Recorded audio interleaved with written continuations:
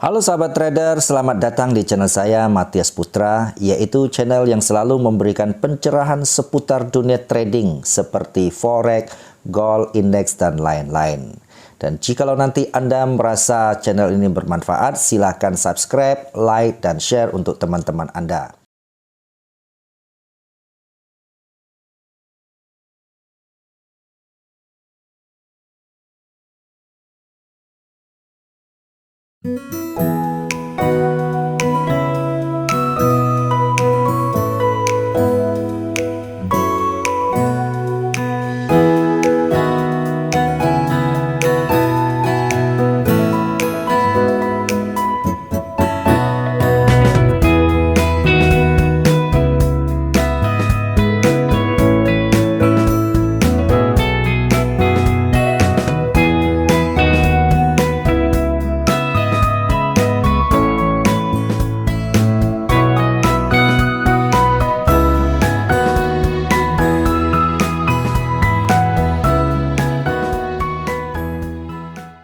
Adu nasib, menukar nasibnya, masukkan ke sini, ternyata 3 bulan habis. Nah, itu yang menyebabkan dia stres berat.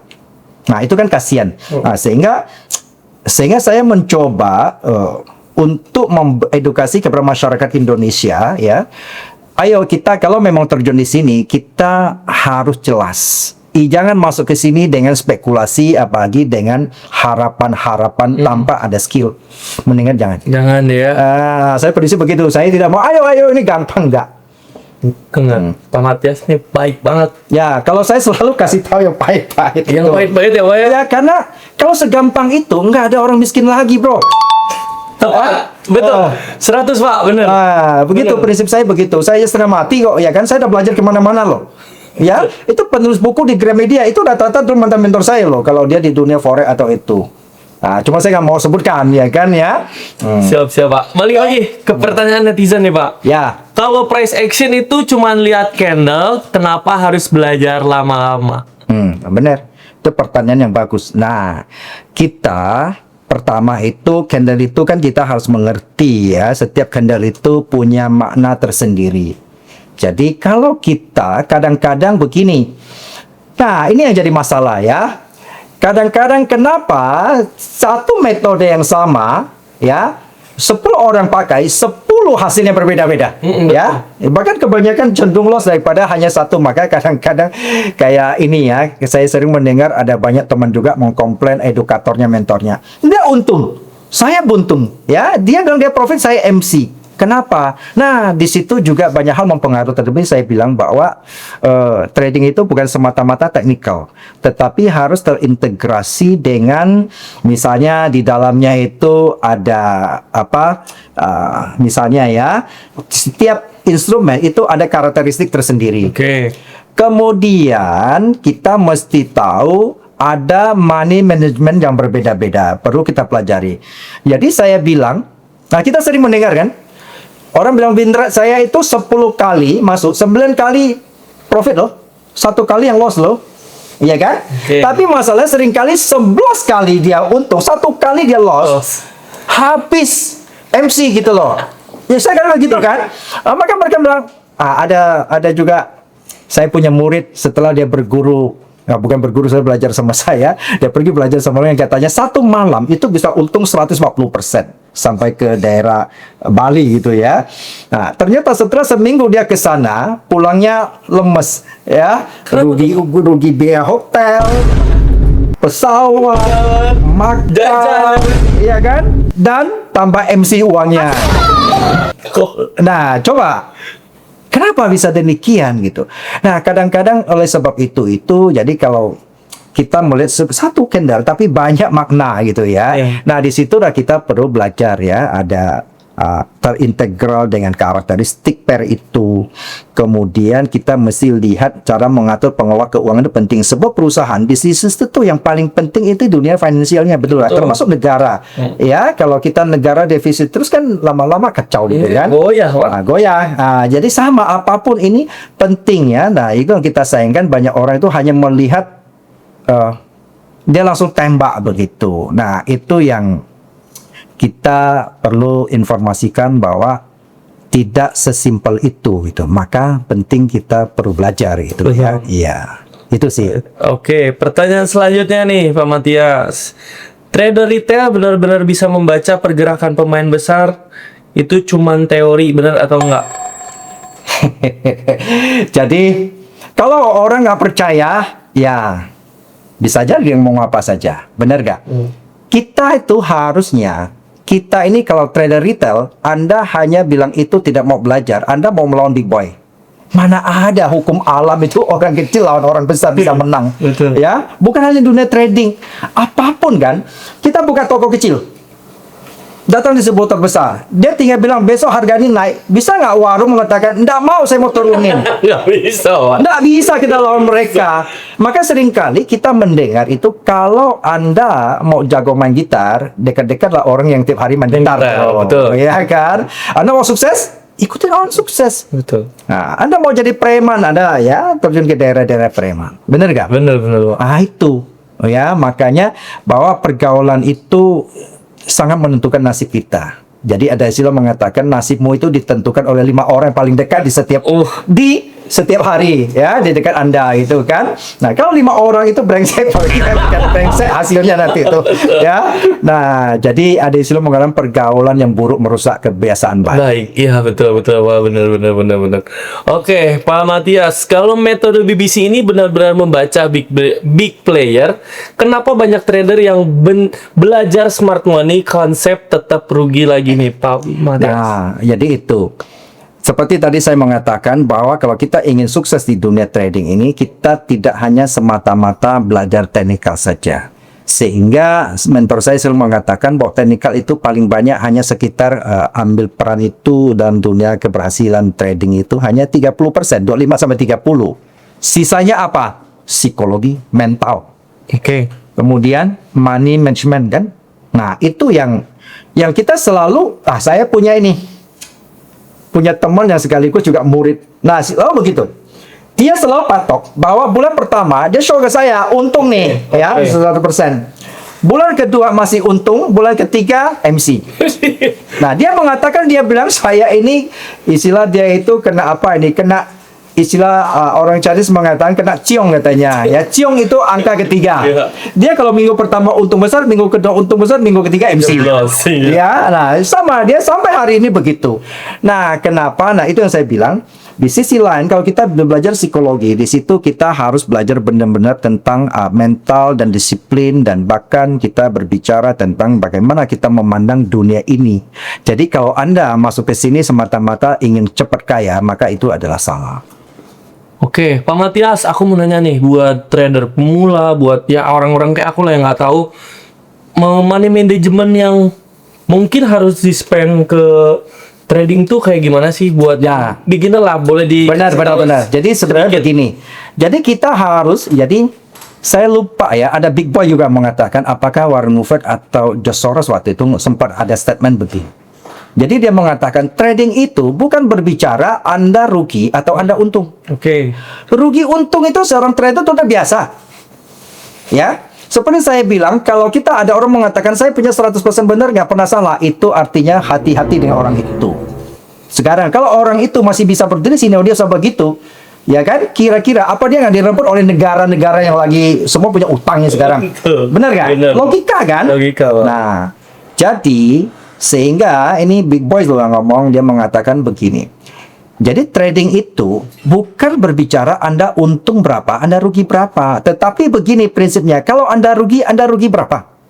Kalau ada untung berapa? Semua bisnis itu pasti ada saatnya untung, ada saatnya rugi. Betul. Tapi jangan sampai kerugian Anda menghancurkan keuntungan Anda gitu loh. I see. Oke. Nah, di situ yang perlu banyak orang nggak sadar. Dia punya uang, yang penting dia masuk ya. Kadang-kadang bukan hanya itu.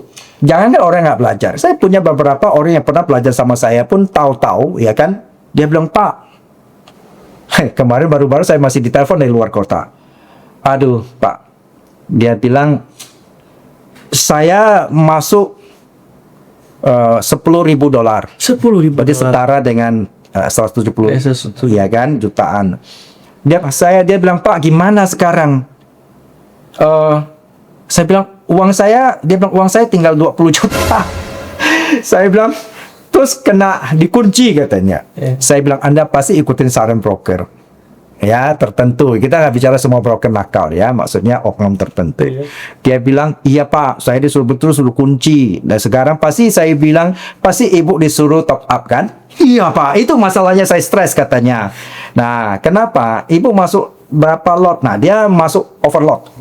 Oke. Uang hanya itu. Nah, kalau bagi kita itu semua itu sebagai trader itu kita namanya ada manajemen itu mengontrol, jangan sampai seperti tadi. Kalau kita rugi, kita adalah rugi yang sudah kita atur, nggak menyebabkan kita stres, ya, nggak menyebabkan kita nggak tidur, gitu loh.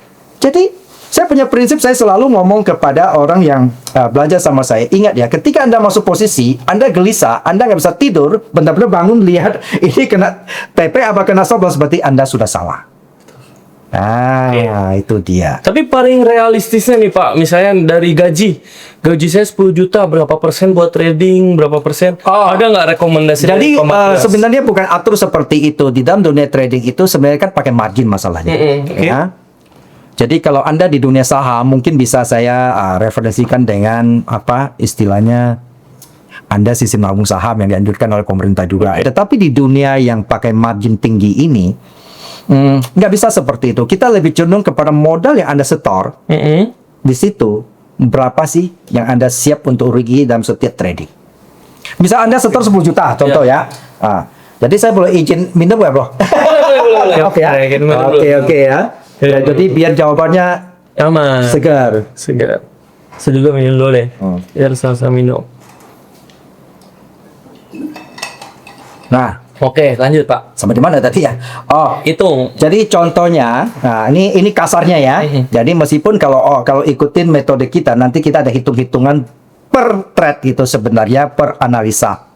Nah, tetapi kita bicara amannya Anda. Misalnya Anda punya 10 juta. Oke. Anda masuk dunia ini. Sekali entry, saya mau tanya, dalam 10 juta, Anda jangan bicara untung dulu. Oke. Anda siap rugi berapa? Anda masih happy dalam 10 juta. Ya udah, jangan malu-malu ngomong 1 juta. 1 juta ya. Iya, Anda luar biasa loh. Saya nggak berani loh. 10% berarti ya sekali trading ya. Iya. Berarti 10 kali Anda loss, Anda sudah bye-bye itu. Iya lagi. Iya kan?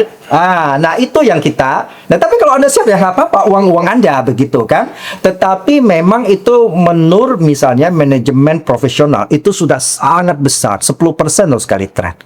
10 kali Anda habis, Anda sudah pulang kampung tanam singkong.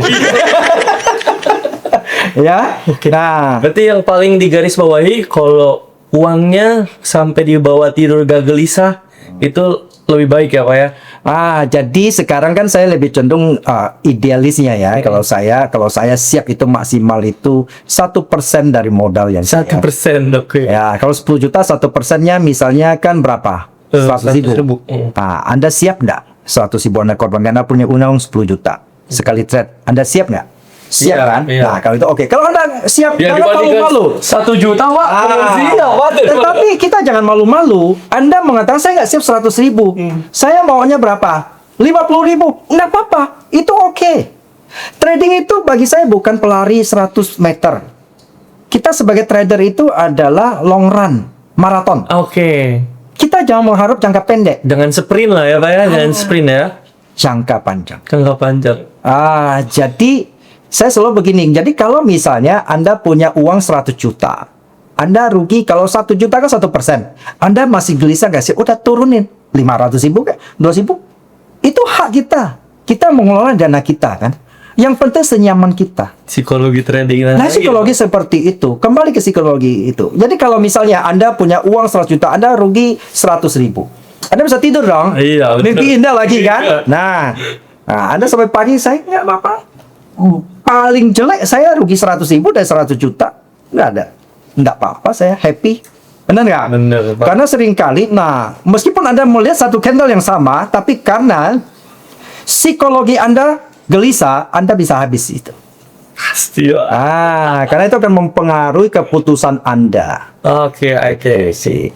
Nih Pak, sekarang kita ada di segmen mitos dan fakta. Ya. Bapak tinggal jawab sama kasih sedikit statement dari Bapak aja.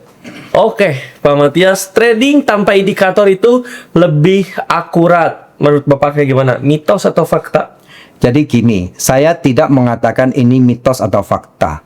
Jadi kita kembali kepada karakternya. Oke.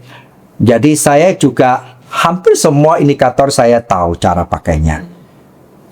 Kenapa saya tinggalkan? Ya, saya tidak menyalahkan orang yang pakai ini. Oleh karena price action itu saya melihat, menurut saya lebih objektif karena saya langsung melihat duit yang masuk ke market. Besar apa kecil? Kalau besar pasti orang kaya. Pasti big money. Betul. Ya, itu pasti big boy yang punya duit. Siapa? Ya, institusi perbankan. Ya, seperti para perusahaan-perusahaan finansial. Betul. Ya, tapi kalau kita pergi pribadi, misalnya, wah saya punya uang $1 juta, jadi sekitar 17 M misalnya. Itu nggak ada apa-apanya di market. Oleh satu hari market cap-nya di dunia forex bisa sampai 7 triliun US dollar kok. Ya, 7 triliun. Lu 1 juta apa artinya? Jadi kalau kita melihat ada volume yang gede, bisa menggerakkan candle itu, price action itu dengan begitu besarnya. Itu sudah pasti uang itu masuk triliunan US dollar. Oke. Ya, jadi paling tidak itu saya katakan 10% atau 20% lah. Kalau 7 triliun 10% kan kurang lebih berarti 700 juta ya. Betul. US loh. US. Nah, baru candlenya bisa menggerak agak panjang. Nah, sekarang indikator. Indikator itu kan sebenarnya dia tidak menunjukkan apa-apa terhadap uang yang masuk yang bergerak. Dia hanya menentukan ketika harga candle itu berhenti, dia hitung rata-rata jumlah candle ke belakang. Betul. Itu nggak menentukan apa-apa, maka disebut indikator itu dari kata indikasi.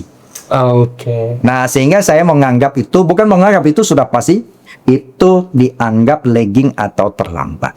Selain itu sifatnya dia juga bergerak-gerak, maka disebut repent. Depend. Jadi ketika candlestick itu, misalnya pakai candlestick, dia bergerak, dia ikut gerak kok. Betul. Dia tidak menentukan, lu kena berhenti sini. Nah, itu yang sebabnya seringkali orang kejebak kalau pakai ini, oh ini golden cross, ini dead cross. Ketika dia masuk betul-betul dead beneran gitu. Banyak banget ya Pak ya. Nih Pak Matias nih katanya mau bagi-bagi kelas-kelas di bawah nih Pak nih. Katanya mau bagi-bagi ilmu di bawah. Katanya mau share link ya Pak ya. Nanti gabung komunitas Bapak gampang kan? Gampang. Nah, nanti Ya, kita teman-teman gampang. tinggal klik di bawah ya. Ya. Kasih tahu Pak buat yang subscribe gak sih Pak? Subscribe channel ini kan Pak? Ya, silakan subscribe channel ini kalau Anda ingin mengikuti perkembangan di dunia trading termasuk skillnya. Bersama Pak Matias. Bersama Kalau yang saya. mau klik di bawah ya. Nih, oke. Pak Matias kita lanjut lagi. Oke. Ke mitos dan fakta.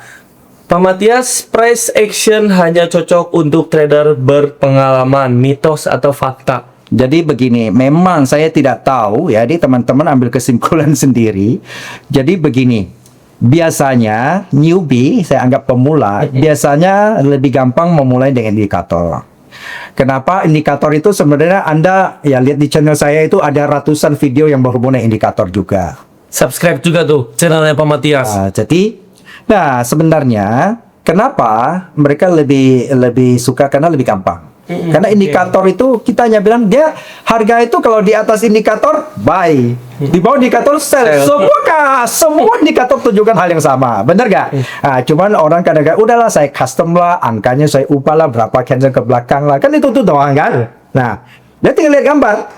Nah, sedangkan price action itu kan lebih sulit. Price action kita betul-betul belajar karakteristik daripada gerakan harga itu, dan kemudian kita melihat jejak-jejak yang ditinggalkan oleh para big boy itu, di mana dia ambil keputusan besar di harga itu.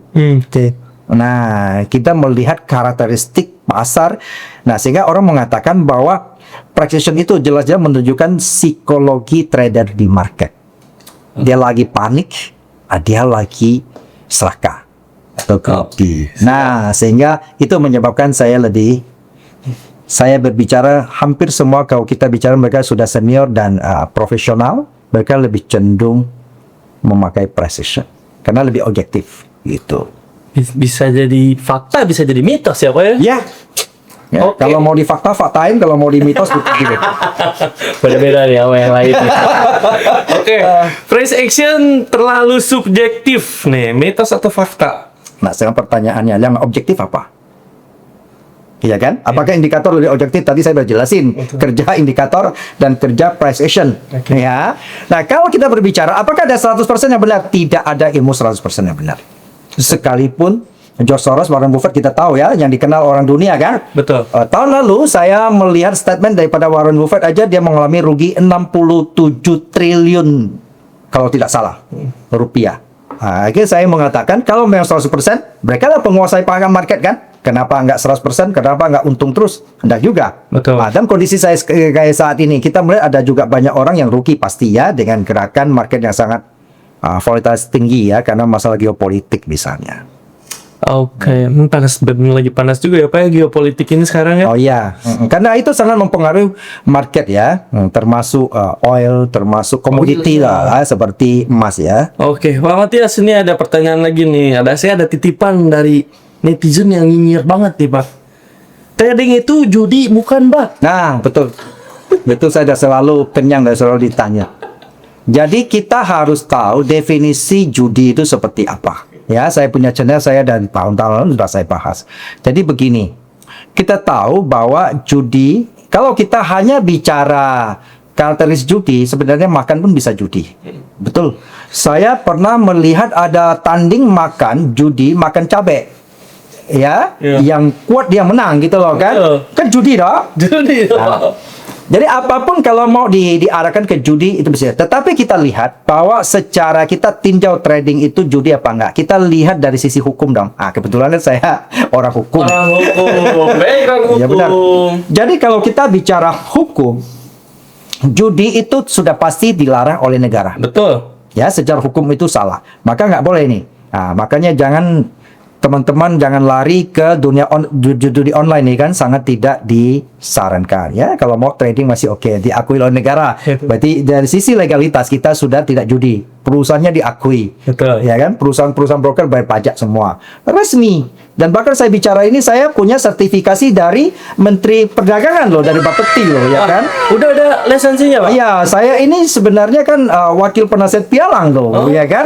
Nah, jadi saya resmi gitu loh, diakui oleh pemerintah. Aman kan? ya.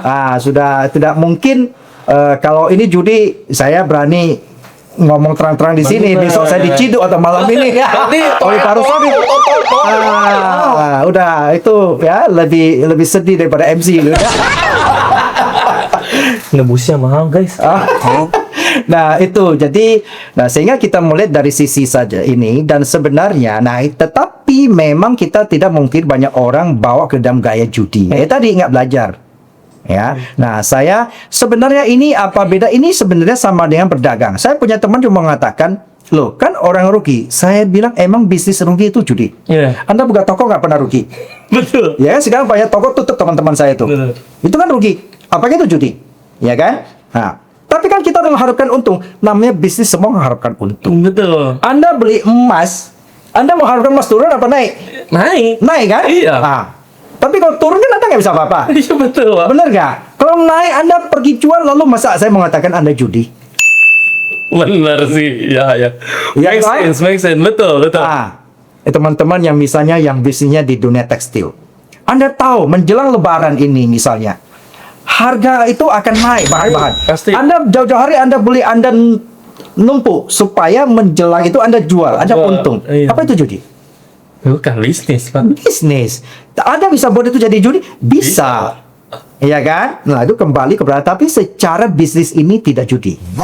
Ya bahasa baiknya dagang ya. Dagang ini kan dagang, cuman ini dagang sifatnya lewat dunia digital dan global. Kalau Anda ini sama dia, saya selalu mengatakan ini sama dia money changer. Anda jual mata uang dah, betul nggak? Bahasa baiknya money changer ya Pak ya. Ya, ini bahasa lokalnya money changer. Oke. Tapi money changer terbatas. Betul. Ya, sedangkan ini seluruh dunia dan 24 jam. Ya balik lagi kalau dibilang simple, ya udah kayak dagang aja sih ya. Ini sebenarnya dagang kok. Iya, dagang. Cuma orang lakukan dengan judi ya susah ngomong. Itu banyak saya dengar itu kan mereka yang pedagang-pedagang sistem misalnya mereka yang punya toko emas atau apa. Saya lihat kadang-kadang mereka juga antar dagang, ada broker-broker yang bukan kayak online begitu, mereka phone. Saya mau jual 1 kilo emas, lu berani terima nggak? Oke. Ada terima. Jadi nggak diambil fisik ke sana. Catat Oh. Nanti kalau nanti perubahan harga, Tinggal dikalkulasi tinggal aja. kalkulasi selisih buy dan sell berapa, Iya. mereka transfer uang. Nah, kan ada yang begini. Iya. Paham. Nah, sehingga itu kan sebenarnya mau didagang, cuma tidak berupa fisik gitu. Pak, Itu sih. ini salah jadi ini juga ya. Statement Bapak sih tentang broker-broker yang ya terhadapnya penjualan terus gitu. Itu gimana ya? Maksudnya? Ngeresponnya. Jadi mikirin broker tuh yang pasti mikirin orang depo terus kan. Ini gimana sih caranya Bapak biar ngasih tahu ke orang-orang biar nggak mungkin terbuai, entah harus psikologinya atau apa. Tanggapan Bapak gimana? Sebenarnya broker nggak salah. Oke. Karena tugas broker dia hanya sebagai mediator kok. Ya, Anda depo, broker nggak salah. Kalau nggak ada depo bangkrut dong dia. Betul. Ya, broker kan hanya ambil fee saja dari transaksi Anda. Anda depo 100 juta, Anda nggak tradingnya juga nggak apa-apa, uang Anda tetap aman. Kata ada di situ. Iya kan, kalau nggak salah, saya malah dengar itu ada broker tertentu yang bahkan uang taruh situ malah dikasih bunga setahun itu kan. Ya, artinya apa? Mereka itu kan seolah Anda mau utarin uang Anda pinjam dia kayak bank lah, kredit gitu. Nah, yang masalahnya adalah Anda kebanyakan itu menyalahkan broker sebenarnya salah sasaran ya. Tapi kalau yang salah sasaran itu biasanya ada oknum, misalnya ada oknum marketingnya mempengaruhi nasabah itu untuk terus transaksi tanpa dasar yang penting. Itu bukan salah broker baik, betul, tetapi pasti. oknum apapun ya. Nah, sehingga kan mungkin marketing juga berharap dari banyak transaksi itu dia bisa dapat komisi dari situ. Ya kan? Oke. Nah, akhirnya tanpa ilmu, tanpa pengetahuan cukup, jadi nasabah ini ikut saja, dan hanya ikut dan berharap, tahu-tahu udah kejebak. Oke, mungkin Pak ke broker-broker yang nakal sih Pak. Broker nakal, broker mungkin yang nggak jelas. Itu gimana sih cara kita tahu research itu brokernya benar atau enggak? Ya, yang jelas, bicara hukum lagi ya. Ya, boleh. Yang jelas carilah broker yang punya lisensi dari Oke. Bapeti ya. Yang jelas itu broker lokal ya kan. Nah, kalau broker luar kan pasti nggak punya lisensi ya, sehingga selain lisensi nggak ada kantornya di mana kita juga nggak tahu. Websitenya tutup, kita ada panik kan. Saya pernah ditelepon dan ada satu bapak-bapak yang saya nggak kenal, di Bang, Pak bisa tolong nggak? Saya bilang, kenapa? Saya depo 10.000 US dollar ke broker katanya di luar dari Australia katanya. Lalu saya mau WD, dia tuduh saya money laundry, cuci uang. Jadi gimana Pak? Saya bilang. Padahal saya belum trading apa-apa loh. Lalu kalau saya mau tarik dana, mau WD, istilah withdraw itu, saya harus depo lagi 15.000. Saya bilang, Pak, Bapak jangan coba-coba. Itu sudah pasti nggak benar. Broker yang dia sebut saya juga nggak pernah dengar. Nih, buat teman-teman Nah, broker lokal, ini meja kita masih kosong nih. Meja kita masih kosong. Siapa tahu ada yang mau naruh-naruhmu di sini, naruhnya di sini. Boleh, broker-broker saya panggil nih broker-broker. Ini biar ada Pak, nggak kosong banget kan. Jadi setidaknya saya promosi broker lokal ya. Iya, maksudnya supaya aman saja. Jadi kalau ada apa-apa kan kita tahu ada regulator bisa bantu kita ke brokernya nakal. Oke. Pak Matias nih ada yang nanya lagi nih, pertanyaan dari netizen nih. Pak Matias, kalau metode BBC ini works, kenapa tidak semua muridnya jadi profitable? Nah, seperti saya bilang, semua orang Anda buka toko yang sama, apakah semua Anda berhasil? Betul. Tidak. Nah, seperti tadi saya bilang, Anda banyak itu dipengaruhi bukan masalah di teknikal. Meskipun saya bilang ya, 10 murid bisa nanti menghasilkan 11 hasil gitu ya. Karena biasanya seperti saya lah misalnya, kalau saya belajar sama semua guru saya itu kadang-kadang saya juga bingung ya, terlalu banyak mentor ya. Nah, apakah saya persis seperti yang mentor saya lakukan belum tentu juga. Karena saya sendiri harus punya putusan sendiri dan saya sendiri harus bisa ambil teknik itu yang sesuai dengan saya punya modal dan saya punya karakter. Nah, itu yang membedakan. Ya, kadang-kadang seperti saya bilang, murid itu kita lihatlah 10 mahasiswa ketika dia keluar semua jadi sukses kak? Enggak juga, iya kan? Tapi mereka udah bertahun-tahun loh belajar kan? Nah, itu dia. Ya, kembali kepada masing-masing. Oke, berarti teman-teman jangan salah pilih komunitas. Nih, teman-teman, Pak Matias hari ini bagi-bagi komunitasnya ada di bawah. Jadi teman-teman bisa klik link di bawah buat join bareng komunitasnya Pak Matias. Oke, Pak Matias nih terakhir dari Pak Matias, ada yang bisa di-share nggak sih buat teman-teman di luar sana? Jadi bagi saya, jangan pernah masuk di dunia ini dengan sebuah khayalan atau mimpi tanpa strategi. Jadi saya punya prinsip itu, segala sesuatu itu mungkin dan bisa asal tahu caranya. Oke. Jadi untuk teman-teman yang pingin ikutin komunitas saya, silakan klik link di bawah ini. Oke, itu ya guys ya. Jadi kesimpulannya trading itu bukan soal mencari indikator terbaik, bukan juga soal mencari strategi rahasia, tapi soal memahami bagaimana market bergerak. Ini adalah ruang klarifikasi, tempatnya semua orang pertanyaan netizen yang biasa cuma jadi debat di internet, akhirnya dijawab langsung oleh orangnya. Ini dia Pak Matias. Terima kasih banyak buat hari ini. Terima Banyak kasih, banget bagi makasih ya. Pak buat hari ini. Sukses ya Sukses untuk kita semua. Oke, terima kasih banyak.